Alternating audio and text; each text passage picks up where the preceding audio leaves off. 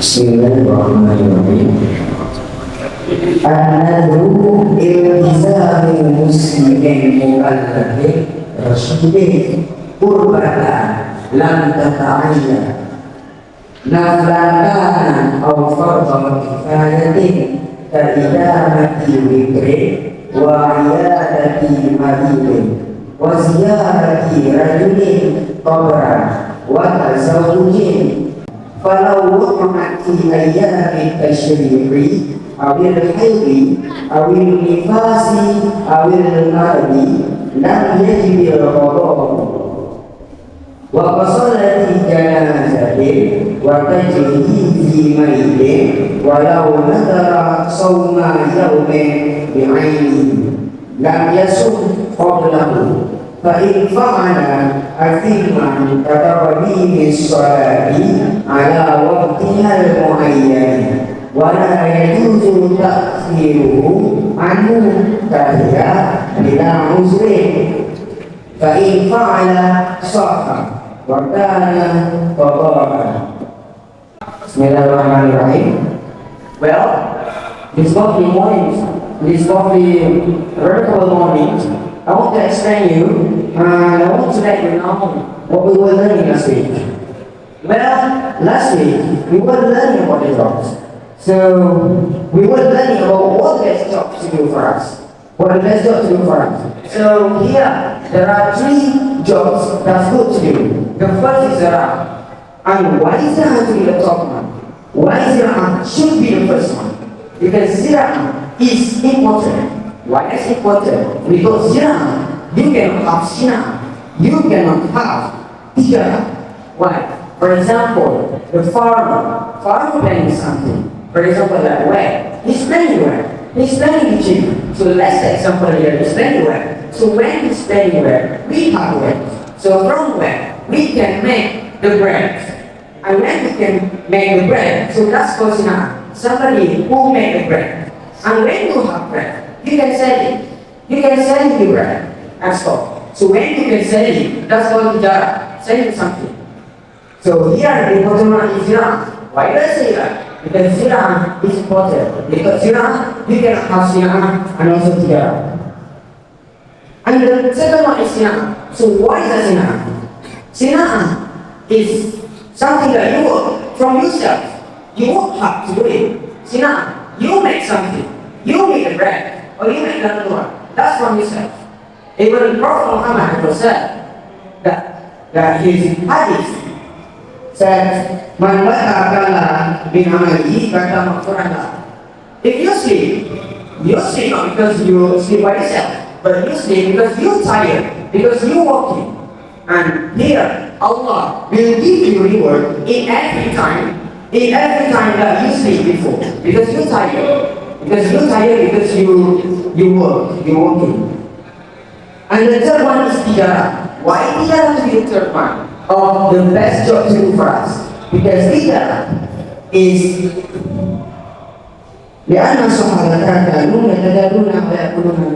because tijarah is the job of Sahabah, of the Prophet, and also the job of Prophet himself. That's why tijarah is to be the third one, that the best job for us to do. But there is one committee, there is one jama'ah who said that tijarah, actually the first one, is not zira'ah, but actually tijarah. Why do I say that? Why did jama'ah say that? Because tijarah is the job of Sahabat of the Prophet and the job of the Prophet itself. And next, I want to be talking about what if we find one name where that name actually in the past is because of colonial. So that name, and we know who that name belongs to. We know that name is belongs to him actually. But when they are colonial, the colonial take the name. So what's the law for us when we would like to build something? When we would like to build the building, when we would like to build the home. So what's the law for us? The law is you can build, but not more. The land is not more than what you want to build there. Because what you need is home. So you cannot build another one. You only can build your home there. And you can take the land there only the land that you need to make your home. You cannot make that go. And how about what if you don't know who's that belong to? Before you know who's that belong to, but at least you don't know who's that belong to.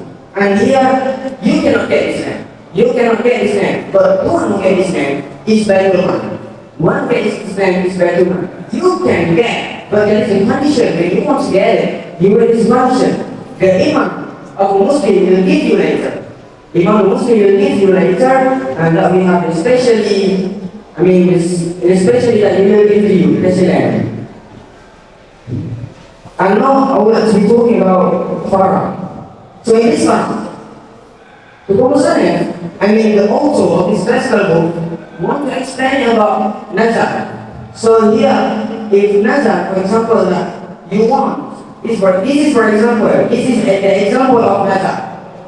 If I come to that home, or if I don't go out from this home, because of Allah, I will do fasting, or I will charity. So here, when you get to Nazar, when you can come to that home, or when you not go out from this home, you don't want to pay so. You don't want to pay Nazar. So how is it? So when here, you already breaking the law. You already breaking the law. So when you break the law, you have two choices. You have two choices. The first is to pay kafara, and the second, you need to pay what you were eaten. So what you were Nazar before, that is the second one to pay. That is the two choices that you need to do. And the last one is farah. So what is that farah? Here, the author said, what is a farah? Before we already talked about farah in Nazar. So what is a farah? Farah is something that's jamia in the origin of one of problem. Where the problem is made. That is a farah. Okay? Bismillahirrahmanirrahim. Jadi hari ini saya akan membahas sedikit yaitu mengenai apa yang telah kita belajar pada minggu yang telah lalu. Jadi pada minggu yang telah lalu kita telah belajar mengenai satu faedah. Dengan pada faedah tersebut rumusannya memberitahu kepada kita yaitu pekerjaan-pekerjaan yang seakal-akalnya untuk kita lakukan. Perlu kita ketahui dahulu apa itu faedah. Yang dikatakan dengan faedah yaitu ma'ya kalau di dunia wal akhirah, sesuatu yang kita gemari baik di dunia maupun di akhirat, itu yang dikatakan dengan faedah. Jadi pada faedah kali ini saya ingin menjelaskan kepada kita semua yaitu 3 pekerjaan yang mana pekerjaan tersebut itu adalah pekerjaan yang terbaik bagi kita untuk kita lakukan. Mana-mana 3 pekerjaan tersebut? Yang pertama yaitu farming, ziraah, yaitu bercocok tanam. Yang kedua yaitu crafting, siang, yaitu tukang. Yang keempat yaitu trading, yaitu tijarah, perdagang ataupun berniaga. Ketiga pekerjaan tersebut adalah pekerjaan yang seakal-akal ataupun pekerjaan yang terbaik bagi kita untuk kita lakukan.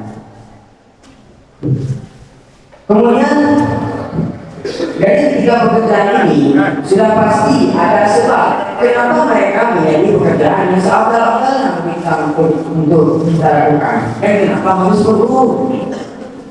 Yang pertama yaitu ziraah. Kenapa ziraah harus menjadi yang pertama pekerjaan yang seakal-akal untuk kita lakukan? Karena ziraah ini faedah umum. Kalau tidak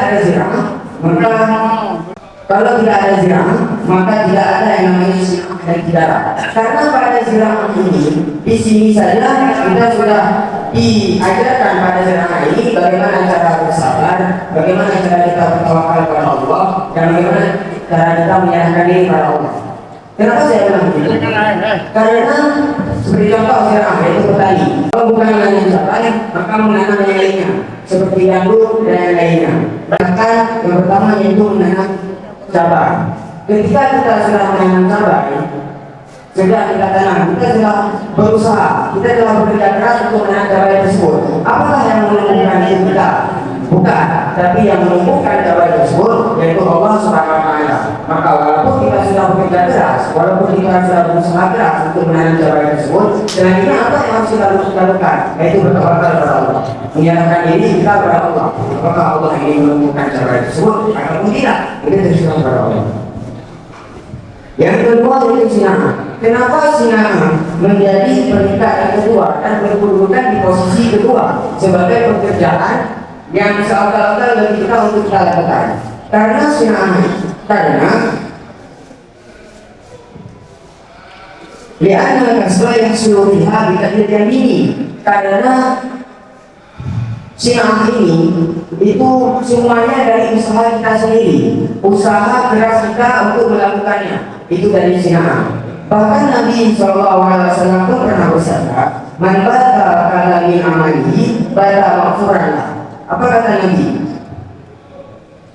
Siapa saja yang tidur karena capek dia bekerja, maka tiap-tiap waktu tersebut itu dihitung sebagai pahalanya. Tiap-tiap waktu yang dia tidur itu dihitung sebagai pahalanya. Itu sabda Nabi SAW. Yang ketiga yaitu tijarah. Kenapa tijarah bisa menjadi peringkat ketiga daripada pekerjaan seafdal-afdal harus kita lakukan?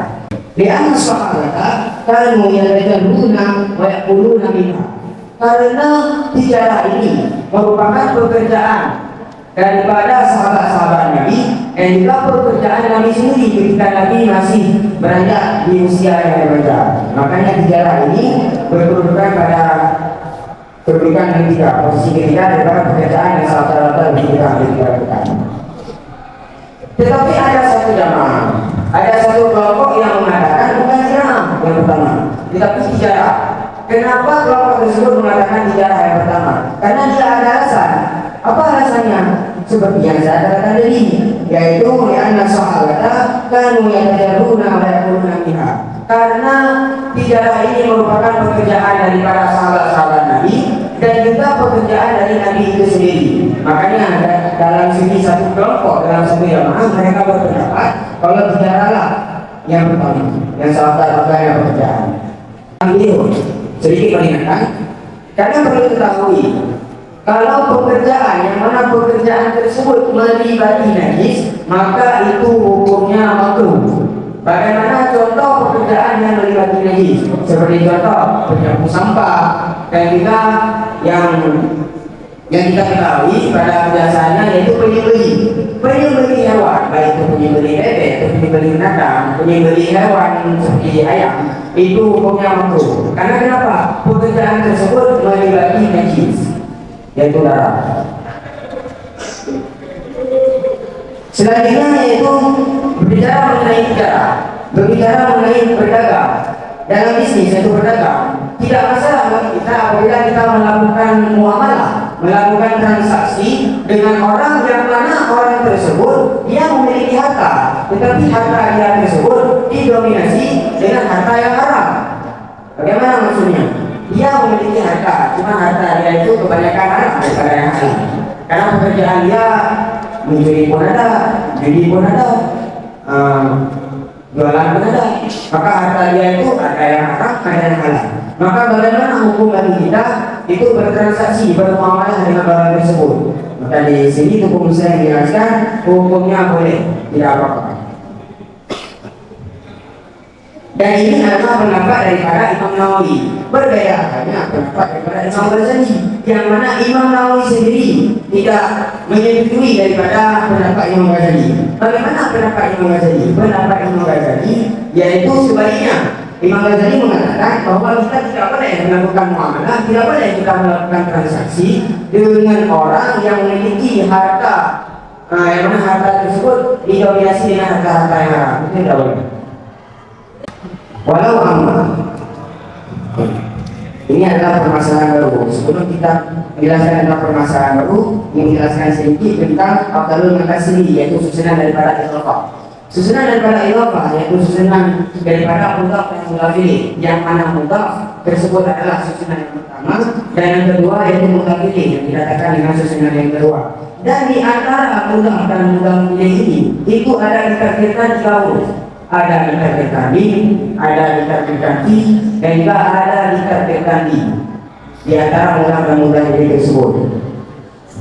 Sebagaimana dalam Al-Fatihah pada bab idhofah yang bait tersebut menjelaskan tentang ikat-ikatnya tiga huruf tersebut. Mana bait tersebut yaitu menanta al-i'raba aw tanwina mimma tudifu sifatu isiba wa saniyadun min tawfida lam yasdu illa takawala makhuzah.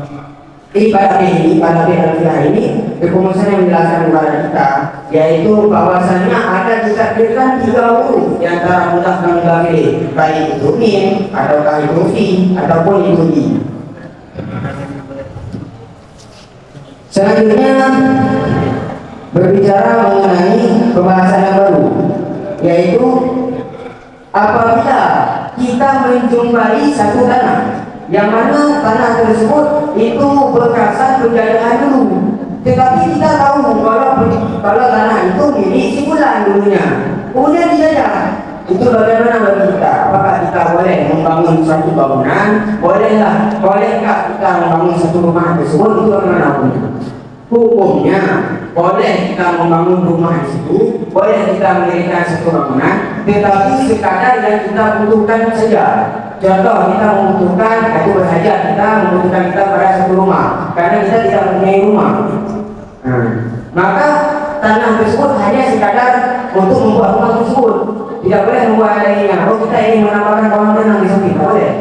Yang boleh hanya rumah tersebut, karena kita berhajat ataupun berkebutuhan kita hanya pada rumah tersebut. Dan bagaimana hukumnya kalau kita tidak mengetahui punya siapa tanah dulunya? Maka kalau kita tidak tahu ataupun tidak mengenali punya siapa itu tanah itu dulunya, maka ini diserahkan kepada Baitul Mal. Kita tidak boleh mengambilnya, tapi diserahkan kepada Baitul Mal. Boleh, ada syaratnya. Bagaimana? Yaitu dikasih oleh imam nanti, sebagaimana kadar khusus yang dikasih oleh imam nanti, baru kita boleh melakukan. Selanjutnya yaitu farah. Sebelum berbicara tentang farah, ingin menjelaskan sedikit pada wala wa'na. Yang mana pada wala wa'na ini adalah susunan daripada di mana di sini terjadi qadhiyah syar'iyah, yang mana qadhiyah syar'iyah tersebut tidak luput daripada muqaddam dan tadi, karena tiap-tiap qadhiyah syar'iyah itu ada muqaddam dan juga ada tadi. Bagaimana yang dimaksud dengan muqaddam? Yang dimaksud dengan muqaddam yaitu syarat wala wa'na, dan yang dimaksud dengan tadi yaitu dan yang dimaksud dengan tadi yaitu jawab daripada syarat tersebut. Selanjutnya yaitu farah. Di sini Tubuh Musannif ingin menjelaskan kepada kita yaitu yang bahwasanya ada hukum yang dibebani bagi kita, yang diberatkan bagi kita itu dari Allah. Sebagai contoh salat, puasa dan lain sebagainya. Dan juga ada hukum yang kita bebani sendiri, yang kita beratkan sendiri. Seperti apa hukumnya itu? Itulah yang dinamakan dengan nazar. Cuma apa itu nazar?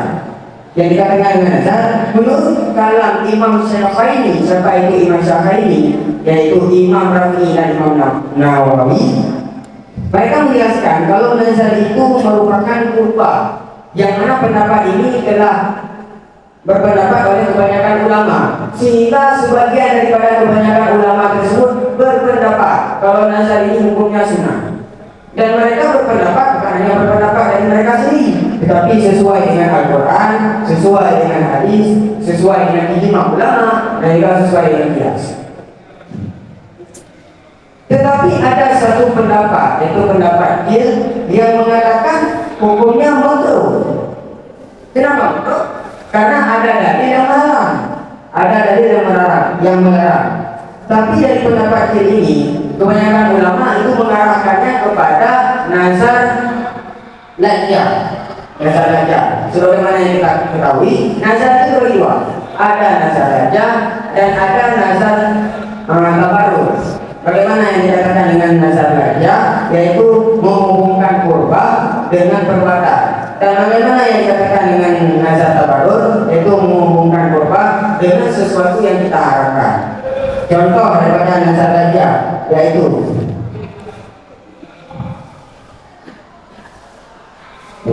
dakhaltu darah atau illam akhruj minha falillahi alayya sawfan aw sarakatun. Jika aku keluar dari rumah ataupun jika aku tidak keluar dari rumah, maka wajib atasku itu puasa atau sedekah. Maka di sini apabila kita melanggar dari ajaran tersebut, maka di sini kita memiliki dua pilihan. Apakah kita harus membayar kafarah ataupun kita membayar ataupun melunasi apa yang kita nazar sebelum tersebut. Itu dua pilihan. Dan selanjutnya hukum muslimnya menjelaskan tentang apa itu haram. Di belakang kita telah menjelaskan yaitu pada farq nazar tadi. Sekarang hukum muslimnya menjelaskan kepada kita apa itu haram. Yang dikatakan dengan haram yaitu ma'i dari tahta asliye kulliye, yaitu bagian yang tercakup dalam asal permasalahan yang luas. Itu yang dikatakan haram.